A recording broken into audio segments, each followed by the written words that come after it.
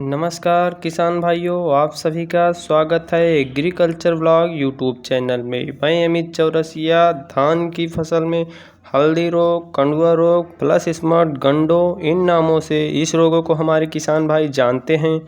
तो मैं आज आप लोगों को जो इसकी रोकथाम के लिए उपाय बताने वाला हूँ, मात्र एक स्प्रे करनी होगी और जड़ से रोकथाम हो जाएगी और आने वाले समय में ये कभी भी आपकी फसल में हल्दी रोग ना आने पाए।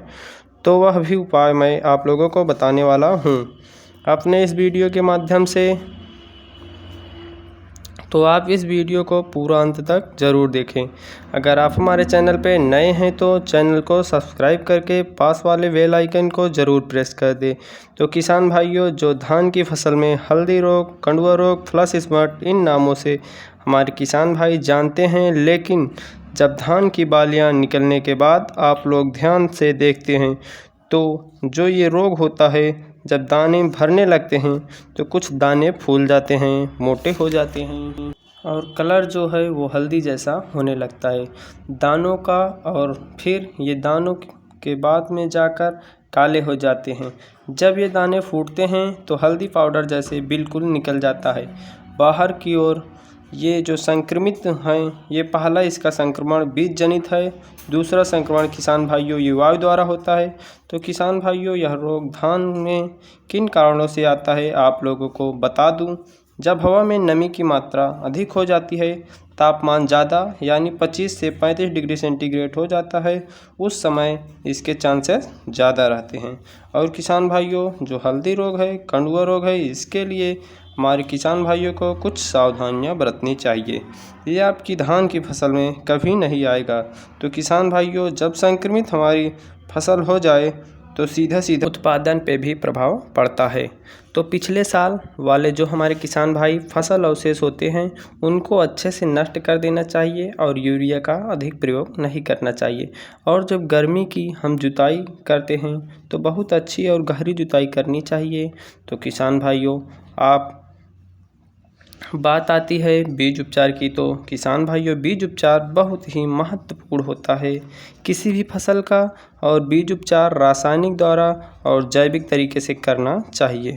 धान की फसल का बहुत अच्छा ट्रीटमेंट जब होगा तो धान की फसल से किसी भी प्रकार का फंगस रोग का अटैक भी नहीं होगा, कोई रोग भी नहीं आएगा। और इसको आप रोकथाम कैसे करनी है, अगर आपकी धान की फसल में हल्दी रोग कहीं कहीं दिख रहा है तो उसका आप लोगों को एक स्प्रे करना होगा, जो मैं आप लोगों को टेक्निकल बताने वाला हूं और बहुत अच्छे से रोकथाम भी हो जाएगा।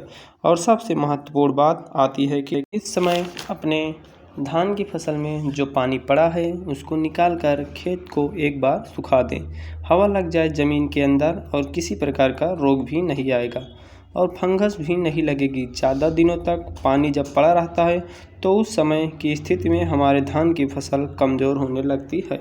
लेकिन जब बालियां किसान भाइयों निकल आती हैं तो उस समय तो पानी को रखना ही होता है खेत के अंदर। और जो मैं आप लोगों को बताने वाला हूं, नोट करें, किसी एक स्प्रे का यूज करना होगा। इकॉक्सीट्रिवेन 7% प्लस प्रोपेकोनाजोल 12% SC, इसकी मात्रा लगेगी किसान भाइयों 400 ml और पानी की मात्रा रहेगी 200 लीटर।